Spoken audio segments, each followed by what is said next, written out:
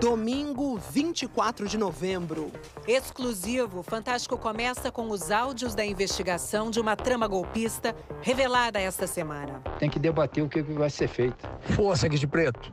Mensagens trocadas entre militares de alta patente que planejavam tomar o poder no país depois das eleições de 2022. Vamos nessa, tô pronto.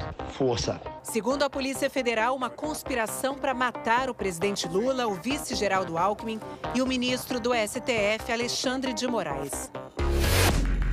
Neste corredor ficava o gabinete da Secretaria-Geral da Presidência da República dentro do Palácio do Planalto. Segundo a Polícia Federal, no fim de 2022, conspiradores prepararam neste gabinete uma investida contra a democracia brasileira. Mário Fernandes, general da reserva e número 2 da Secretaria-Geral da Presidência, usou a impressora do gabinete. E o que surgiu, revela a investigação, foi uma trama de morte para dar um golpe de Estado.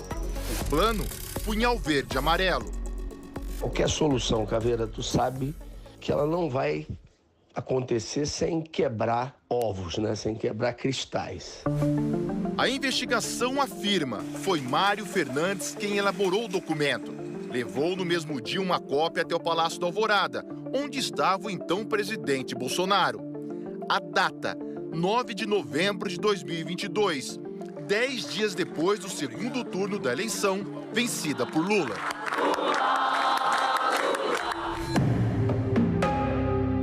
O plano previa estratégias militares, o uso de coletes à prova de bala e o tipo e a quantidade de armas necessárias para ação contra autoridades que só se movimentam com carro blindado e segurança policial. Como uma metralhadora assim que dispara 800 tiros por minuto. Um lança-granada com 4 granadas que atinge alvos a 400 metros de distância. E um lança-rojão que consegue parar até um tanque de guerra. O planejamento cita 3 alvos de assassinato com codinomes: Jeca, Joca e Juca. Para a PF, Jeca é o presidente da República, Luiz Inácio Lula da Silva. Joca, o vice-presidente Geraldo Alckmin. A polícia ainda não sabe quem é Juca. O ministro do Supremo Tribunal Federal, Alexandre de Moraes, não tem apelido no documento, nem é citado nominalmente. Mas os investigadores afirmam que ele era o principal alvo. O ministro poderia ter sido vítima de sequestro, prisão arbitrária e até assassinato, segundo a PF. Além do general da reserva, Mário Fernandes, a PF diz que o planejamento também teve envolvimento direto de outros militares de alta patente. O Fantástico teve acesso a 55 áudios da investigação, todos exclusivos. Mário Fernandes se mostra exaltado em várias conversas, fala dezenas de palavrões. Tá na cara que houve fraude, pô. Não dá mais pra gente aguentar esta p... Tá f... Nesse áudio de 4 de novembro de 2022, ele alega sem provas que houve fraude na eleição. Pessoas próximas a Mário Fernandes e oficiais do Exército responderam assim. Estou pedindo a Deus para que o presidente tome uma ação enérgica e vamos sim para o Vale Tudo. Eu estou pronto a morrer por isso. O presidente ele tem que fazer uma reunião petit comitê. Esse pessoal acima da linha da ética não pode estar nessa reunião.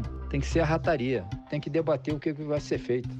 A Polícia Federal diz que o plano punhal verde e amarelo detalha as estratégias do ataque ao ministro Alexandre de Moraes, como a realização de um levantamento prévio da movimentação dele, com horários e itinerários, e das agendas oficial e pessoal. O plano também estipula a demanda, a quantidade de pessoas necessárias para o atentado. No mínimo, 2 equipes com 2 homens cada, e outras 2 com 1 homem. E um telefone descartável para cada uma dessas 6 pessoas. Segundo a Polícia Federal, um dos 6 responsáveis pela execução do plano é o tenente-coronel Rafael Martins de Oliveira, integrante dos Kids Pretos, um grupo de operações especiais do Exército. A investigação revelou que os executores do plano tinham um grupo no aplicativo de mensagens, chamado Copa 2022. Que compraram chips de celular em nome de outras pessoas e, para dificultar ainda mais a identificação, se chamavam por países: Alemanha, Argentina, Brasil, Áustria, Gana e Japão, e que Japão era o tenente-coronel Rafael Martins de Oliveira. De acordo com a Polícia Federal, o primeiro alvo do ataque seria Alexandre de Moraes. Na época, ele era presidente do TSE, o Tribunal Superior Eleitoral, e, segundo a PF, passou a ter os passos monitorados pelo grupo. Por exemplo, no dia 23 de novembro, das 6h19 da tarde até 10h30 da noite, Rafael ficou perto da residência funcional do ministro. No dia seguinte, 24 de novembro, Rafael Martins de Oliveira se envolveu num acidente nesse trecho da BR-060. Tinha chovido e a pista estava escorregadia. Um carro bateu na traseira do veículo do militar. Nada grave, mas o que o motorista que provocou o acidente não imaginava é que o nome dele apareceria nas investigações. No local do acidente, o militar tirou esta foto que mostra a carteira de habilitação do motorista, alegando que precisava da imagem para acionar o seguro. Os dados desse documento serviriam para registrar um dos chips de celular usados no monitoramento do ministro. A fraude passaria despercebida se não fossem esses dedos que aparecem na foto. O sistema, ele nos trouxe um rol de candidatos, então, à medida que o papiloscopista foi realizando a comparação morfológica, ele chegou na identificação daquela impressão digital. Era mesmo de Rafael Martins de Oliveira. As investigações concluíram que foi assim, usando um telefone em nome de alguém que não tinha nada a ver com a história, que o militar partiu para o passo seguinte do plano. Era dezembro de 2022. Apoiadores radicais de Jair Bolsonaro estavam concentrados em frente a quartéis do Exército. Muitos pediam um golpe de Estado. Nem que seja para inflamar a massa, para que ela se mantenha nas ruas. Segundo os investigadores, acampamentos faziam parte de um movimento orquestrado principalmente por militares. O general Mário Fernandes se comunicava frequentemente com alguns líderes desses grupos. Talvez seja isso que o alto comando, que a defesa quer. Me desculpa a expressão, mas 4 linhas é o 4 linhas da Constituição é o Estamos em guerra, eles estão vencendo, está quase acabando e eles não deram um tiro, por incompetência nossa. Num outro áudio, o general Mário Fernandes disse que teve uma conversa com o então presidente Bolsonaro sobre a diplomação da chapa Lula e Alckmin no TSE. Durante a conversa que eu tive com o presidente, ele citou que o dia 12, pela diplomação do vagabundo, não seria uma restrição, qualquer ação nossa pode acontecer até 31 de dezembro e tudo. Aí na hora eu disse, presidente, mas o quanto antes, a gente já perdeu tantas oportunidades. Não fica claro que ação seria essa. No dia 12 de dezembro, data da diplomação, manifestantes tentaram invadir o prédio da PF e incendiaram carros e ônibus em Brasília. 15 de dezembro de 2022. Segundo a Polícia Federal, nesse dia, as mensagens trocadas entre os integrantes do Grupo Copa 2022 demonstram que os investigados estavam em campo, divididos em locais específicos para, possivelmente, executar ações para prender Alexandre de Moraes. A investigação mostra que 2 homens estavam parados neste estacionamento, no Parque da Cidade, em Brasília. O horário, 8h33 da noite. A cerca de 7 quilômetros dali, próximo ao STF, estava o tenente-coronel Rafael Martins de Oliveira. Ele avisa, estou na posição. Um outro estava perto da residência do ministro Alexandre de Moraes. Às 8h57 da noite, um integrante do grupo escreve: "Tô perto da posição. Vai cancelar o jogo?" Segundo a PF, o homem que estava no comando da ação dá a ordem: abortar. Naquele dia, a sessão do Supremo terminou mais cedo, o que pode ter atrapalhado o cerco ao ministro Alexandre de Moraes. E uma nova informação apurada pelo Fantástico pode explicar por que a ação não foi concluída. Nesse mesmo dia, segundo investigadores da PF, o então comandante-geral do Exército foi até o Palácio da Alvorada para uma reunião com o presidente Bolsonaro.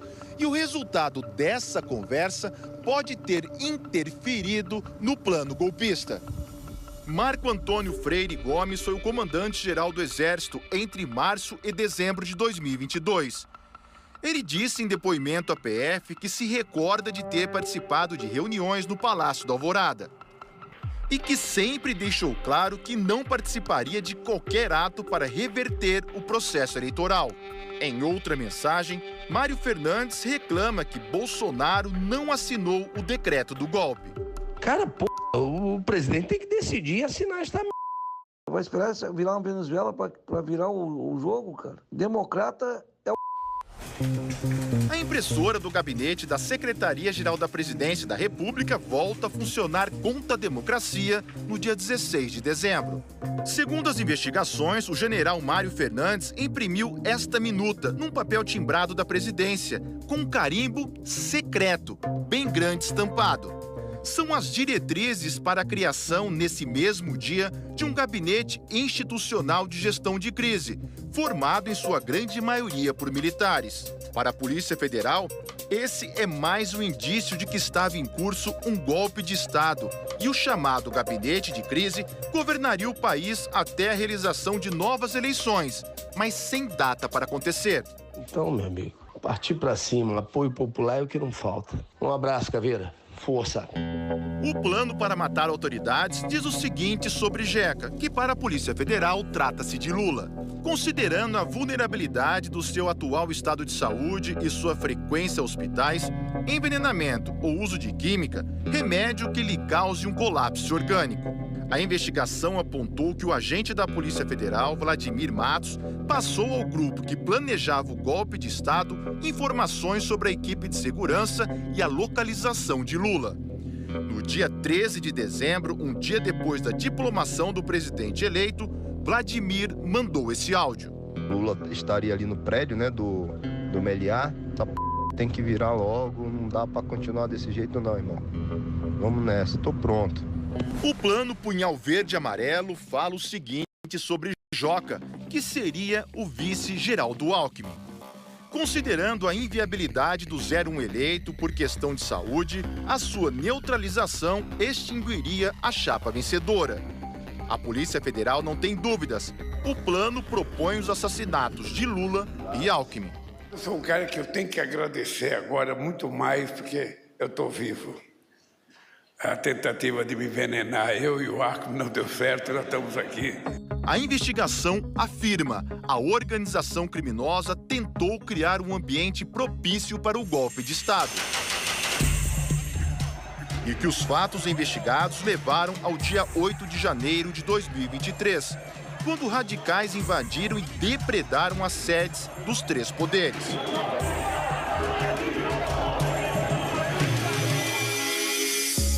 Na terça-feira passada, 5 pessoas foram presas por determinação do ministro Alexandre de Moraes. Entre elas, o general Mário Fernandes, o tenente-coronel Rafael Martins de Oliveira e o policial federal Vladimir Matos Soares. Na quinta-feira, a Polícia Federal encerrou a investigação sobre a tentativa criminosa de manter Jair Bolsonaro no poder. 37 pessoas foram indiciadas e nessa lista também constam os nomes de Mário, Rafael e Vladimir. O indiciamento também incluiu o general Braga Neto, candidato derrotado à vice-presidência na chapa de Bolsonaro, e o tenente-coronel Mauro Cid, ex-ajudante de ordens da presidência. Uma das acusações, participação deles numa reunião em 12 de novembro de 2022, na casa de Braga Neto. Segundo a PF, o assunto foi o plano Punhal Verde e Amarelo. A defesa de Braga Neto repudiou o que chamou de indevida difusão de informações relativas a inquéritos. Ainda na quinta-feira, Mauro Cid prestou um novo depoimento ao STF. O ministro Alexandre de Moraes confirmou a validade do acordo de colaboração premiada de Mauro Cid, firmado em setembro do ano passado, e considerou que ele esclareceu as omissões e contradições apontadas pela Polícia Federal. A defesa disse que o ex-ajudante de ordens continua em liberdade sob a condição de não sair de Brasília. O ex-presidente Jair Bolsonaro também foi indiciado pelos crimes de abolição violenta do Estado Democrático de Direito, golpe de Estado e organização criminosa. Durante a semana, ele reproduziu trechos de uma entrevista que deu ao site Metrópolis. disse: o ministro Alexandre de Moraes conduz todo o inquérito, ajusta depoimentos, prende sem denúncia, faz pesca probatória e tem uma assessoria bastante criativa. Faz tudo o que não diz a lei. O suposto plano de morte de Lula e Alckmin deixa uma dúvida: quem seria Juca, outro possível alvo do grupo golpista? No texto, a pessoa é descrita assim: eminência parda do 01 e uma das lideranças do futuro governo. Ou seja, alguém próximo a Lula e que exerceria influência nas decisões dele. O plano diz: a neutralização de Juca desarticularia os planos da esquerda mais radical. A Polícia Federal não conseguiu identificar essa pessoa. Quando nós disputávamos as eleições, eu dizia que um dos meus desejos era trazer o Brasil à normalidade, à civilidade democrática, em que a gente faz as coisas da forma mais tranquila possível, sabendo que você tem adversário político, sabendo que você tem adversário ideológico, mas sabendo que de forma civilizada você perde, você ganha. Você consegue fazer uma coisa, na outra vez você não consegue. É esse país, companheiros, sem perseguição. É esse país sem o estímulo do ódio. É esse país sem o estímulo da desavença que a gente precisa construir. Filho Preto, um abraço, Caveira. Boa noite. Olá, boa noite. Nós não localizamos as defesas do general Mário Fernandes e do policial federal Vladimir Matos, presos esta semana pela Polícia Federal. Procuramos também a defesa do tenente-coronel Rafael Martins de Oliveira, o outro preso que foi citado na reportagem, mas não tivemos resposta. Em nota divulgada hoje, a Ordem dos Advogados do Brasil reafirmou o apoio às instituições e à Constituição e defendeu que lideranças políticas incentivem seus partidários a se afastarem de atos de violência e de terrorismo político. A Associação dos Juízes Federais do Brasil também se manifestou. A AJUF disse que fatos que atentem contra a segurança e integridade pessoal de agentes públicos configuram grave ameaça ao Estado Democrático de Direito. Para a associação, essas práticas devem ser combatidas com o rigor da lei. Outra entidade a se manifestar foi a Associação dos Magistrados Brasileiros. A AMB afirmou que um poder judiciário independente e sem receio de represálias em razão de suas decisões é essencial para a democracia. Disse ainda que o funcionamento regular das instituições é uma garantia para os direitos fundamentais da população.